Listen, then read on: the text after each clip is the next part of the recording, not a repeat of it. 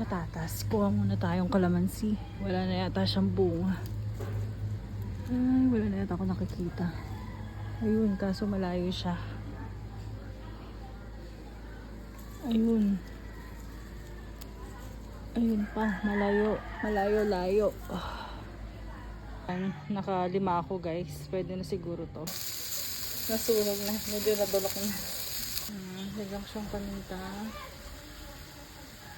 Lagay ko na yung giniling. Pinakulang ko na to kanina. Lagyan siyang bay leaves. Tapos konting pampalasa. Konting-konti lang.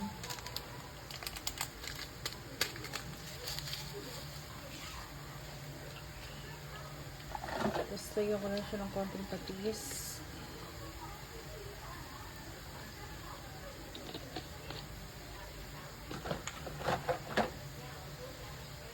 Toyo guys.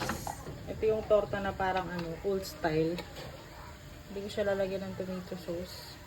Kasi babaunin ko siya bukas. Baka mapanis siya agad. Pakuluin ko lang siya guys. Tapos later add ko yung kalamansi. Kalamansi.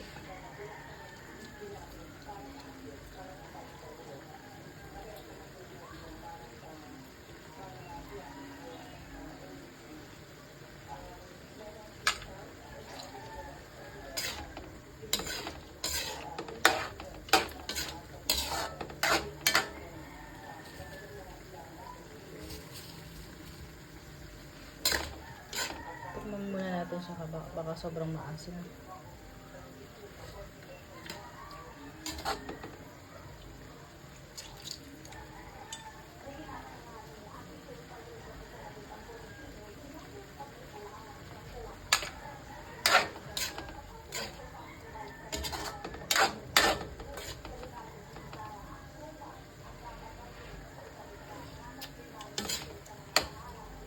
Isa pa, isang kalamansi pa.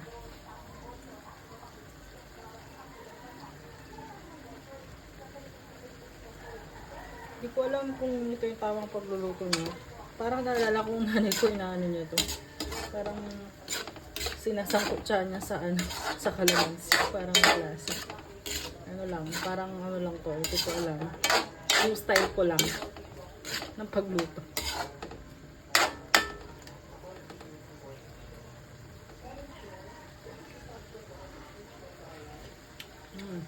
Okay naman siya.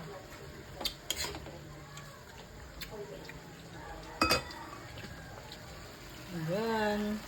Ready na guys.